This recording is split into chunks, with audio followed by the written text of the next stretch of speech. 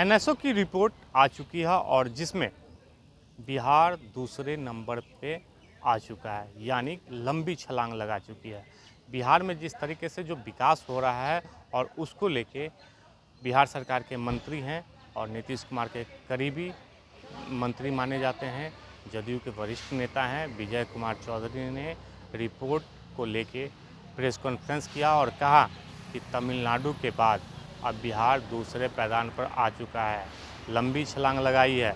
और पहले बिहार कृषि प्रधान राज्य के रूप में जाना जाता था, लेकिन अब विकास दर के रूप में भी जाना जा रहा है, क्योंकि 2024 और 25 के जो रिपोर्ट आया उसमें 76,000 रुपये प्रति व्यक्ति आय दिखाया गया है। तो यानी इससे विपक्ष भी खुश है और साथ ही साथ जो प्रधानमंत्री नरेंद्र मोदी की मां को लेके जो एआई बनाया गया है कांग्रेस के द्वारा, उसको लेके क्या कुछ कर रहे हैं विजय चौधरी जो बिहार सरकार में मंत्री हैं, हम आपको वो बयान सुना रहे हैं। किया गया है, इसमें मजाक उड़ाया गया है प्रधानमंत्री अब का। पता नहीं, अब कोई मजाक उड़ाना, गाली देना, ये सब इन लोगों के लिए आम बात हो गई है। और यह सब एक ही चीज का द्योतक है कि शायद हमारे विपक्षी दलों में हताशा और निराशा कुछ ज्यादा ही व्याप्त होने लगी।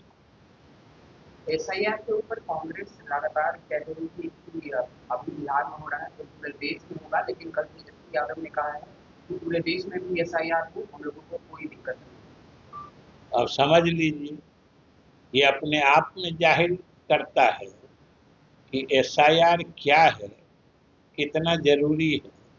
ये उनको अब समझ में आ गई है बात। यहाँ भी क्या हुआ, कितने दिनों तक दोनों नेता या कई दलों के नेता साथ साथ पूरे बिहार में घूमे, और जब यात्रा समाप्त हुई तो सब लोगों ने कहा कि भाई सब लोग अपना अपना फॉर्म भर के मतलब रिन्यूअल करा, एसआईआर में सहयोग करो। तो पूरी यात्रा करने के बाद जब कहीं से कोई वैसा रिस्पांस नहीं मिला, पूरे बिहार घूमने के बाद लगा कि एसआईआर कोई गलत चीज नहीं और एसआईआर होना ही अच्छी बात है, तो अब सहयोग कर रहे हैं। तो ये तो मैंने शुरू से ही वाजे थी, स्पष्ट। तेजस्वी यादव ने सर कहा है कि जो आपराधिक घटना पूरे दिन में बढ़ रहा है वो डिप्टी सीएम की आवाज से सुना है और सीएम प्लानिंग। देखिए, हाथ से हो रहा है नहीं हो रहा है ये तो अनुसंधान में आता है, और अनुसंधान में जो बातें आती हैं ये हम लोगों के सरकार की खासियत है कि जो भी बातें अनुसंधान में आती है सरकार किसी बात को दबाती नहीं। लेकिन सबसे बड़ी बात ये है कि घटनाएं अगर घटती हैं तो ये भी देखिए ना कि सभी घटनाओं में पुलिस मुस्तैदी से तहकीकात करके सही अपराधियों को खोज निकालती है, उनको कानून के हवाले करती है, या किसी हालत में अगर वो पकड़ाए जाने के क्रम में पुलिस के साथ कोई बदसलूकी करते हैं तो उसका भी इलाज होता है। सबसे बड़ी बात तो ये, और अपराध शून्यता आदर्श स्थिति होती है, वरना सुशासन का अर्थ यही होता है कि अपराध नहीं हो, और अगर कोई आपराधिक घटना घटती है तो जो सही अपराधी हैं पकड़े जाएं और उनको कानून के हिसाब से उचित सजा। महापौर योजना के नाम पर इस तरीके से फॉर्म भराया जा रहा है। सवाल किया गया तेजस्वी यादव से, उन्होंने कहा क्या गलत है, सरकार में आएंगे तो लोगों को नौकरी देंगे, महापौर को पेंशन पैसा देंगे। सरकार में आने के बाद जो लोग करते, यही तो अपने आप में विरोधाभासी चीज है ना। सरकार में आने के बाद जो लोग करते हैं वो सरकार में आने से पहले करने लगते हैं, तब आप समझ लीजिए कितनी कितनी जितनी पार्टियां हैं उतने तरह से वो लोग सरकार भी चलाने लगे।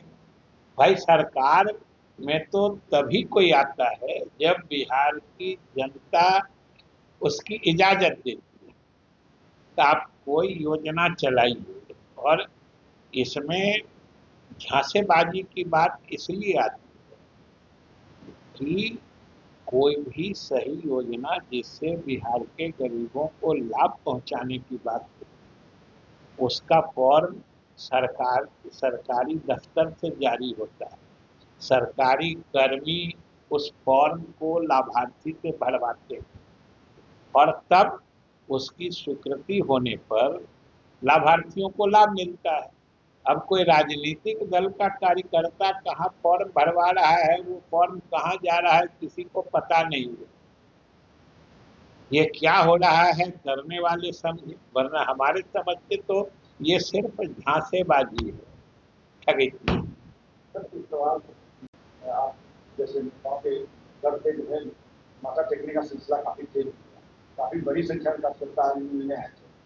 क्या संदेश है कार्यकर्ताओं को ये तो मैंने स्वाभाविक घटना है, अति स्वाभाविक ये लक्षण होता है। चुनाव नजदीक आता है तो किसी भी दल, सभी दल में जो कार्यकर्ता वर्षों वर्षों से लगे रहते हैं, उनकी भी इच्छा होती है कि कहीं से उम्मीदवार बने, कहीं कोई पद मिले, जो अमूमन चुनाव के समय में बढ़ जाता है। तो ये तो स्वाभाविक घटना है जो हर चुनाव से पहले होती है, इस बार भी हो रही है, आगे भी हो। कार्यकर्ताओं को कार्यकर्ताओं को ही तरजीह देगी और किसको देगी? कार्यकर्ताओं को ही तरजीह मिलती है। कार्यकर्ता से अलग पार्टियां कुछ सोचती नहीं। जो एनएसओ है, राष्ट्रीय सांख्यिकी कार्यालय या संगठन के लिए नेशनल स्टैटिस्टिक्स ऑर्गेनाइजेशन, जो पूरे भारत के विकास के बारे में डेटा जारी करती है और उसकी समीक्षा करती है, उसने 2024-25 वित्तीय वर्ष में जो अलग अलग राज्य के प्रगति हुई है, अलग अलग राज्यों की जो प्रगति दर रही है, अलग अलग क्षेत्रों में जो प्रगति हुई है, उसके बारे में रिपोर्ट जारी किया है। ये एनएसओ हर साल जारी करता है और मुझे प्रसन्नता है और हर बिहारवासी को गर्व होगा कि 24-25 में यानी पिछले वित्तीय वर्ष बिहार की प्रगति दर सिर्फ एक तमिलनाडु को छोड़ के सभी राज्यों से बेहतर है, सभी राज्यों से ज़्यादा है हमारी प्रगति दर। और इसी तरीके से कि यहाँ जो आर्थिक गतिविधियाँ तेज हुई हैं, उसका जो सीधा असर, जो उसका सूचक संकेतक होता है, वो प्रति व्यक्ति आय से दर्शाता है। और हम लोगों का, बिहार का प्रति व्यक्ति आय ये 76,000 रुपये से भी अधिक हो गया, लगभग 76,500 रुपया प्रति व्यक्ति आय हो गया। ये पिछले साल यानी 23-24 ये 68-69,000 के बीच में, ये अब एक वर्ष में ये अब 76,000 से भी अधिक यानी लगभग 76,500 रुपया हो। ये प्रगति दर और प्रति व्यक्ति आय का वर्ण है। ये बिहार में नीतीश कुमार के नेतृत्व में जो सरकार विकास का काम कर रही है और उन विकास कार्यों से जो आंतरिक संसाधन से लेकर सभी कुछ आर्थिक व्यवस्था सुदृढ़ हो रही है, ये उसका द्योतक है। लेकिन जो सबसे महत्वपूर्ण इन आंकड़ों से स्पष्ट होता है वो है कि इतिहास में पहली बार बिहार की अर्थव्यवस्था, उद्योग क्षेत्र का आकार कृषि क्षेत्र से बढ़ गया है। आज तक हमेशा बिहार कृषि प्रधान राज्य होने के नाते हमेशा कृषि क्षेत्र का आकार बिहार की अर्थव्यवस्था में उद्योग क्षेत्र से बड़ा हुआ नजर आता है। लेकिन पहली दफा इतिहास में बिहार की अर्थव्यवस्था में उद्योग क्षेत्र का आकार कृषि क्षेत्र से भी बड़ा हो गया है और यह बिहार की अर्थव्यवस्था में हो रहे गुणात्मक परिवर्तन का सूचक है, द्योतक है। यानी बिहार अब आधुनिक अर्थव्यवस्था की ओर लगातार तेजी से बढ़ रहा है और इसके कई कारक कि नीतीश कुमार के नेतृत्व में जो नीतिगत फैसले हुए हैं, जो संस्थागत सुधार करके निवेश के रास्ते प्रशस्त किए गए हैं, ये उसी का परिणाम है कि निजी निवेश के कारण आज हमारे अर्थव्यवस्था में औद्योगिक क्षेत्र का आकार बढ़ा है और वह अब दिखने लगा है, क्योंकि हमारे बहुत सारे लोगों को और खास तौर से विपक्ष के लोगों को उद्योग क्षेत्र में नहीं कुछ हो रहा है, उनको जरूर ये सुन के अच्छा लगेगा अगर बिहार वासियों से जरा भी प्रेम होगा कि पहली बार बिहार की अर्थव्यवस्था में अब औद्योगिक क्षेत्र का इतना बड़ा योगदान हुआ है।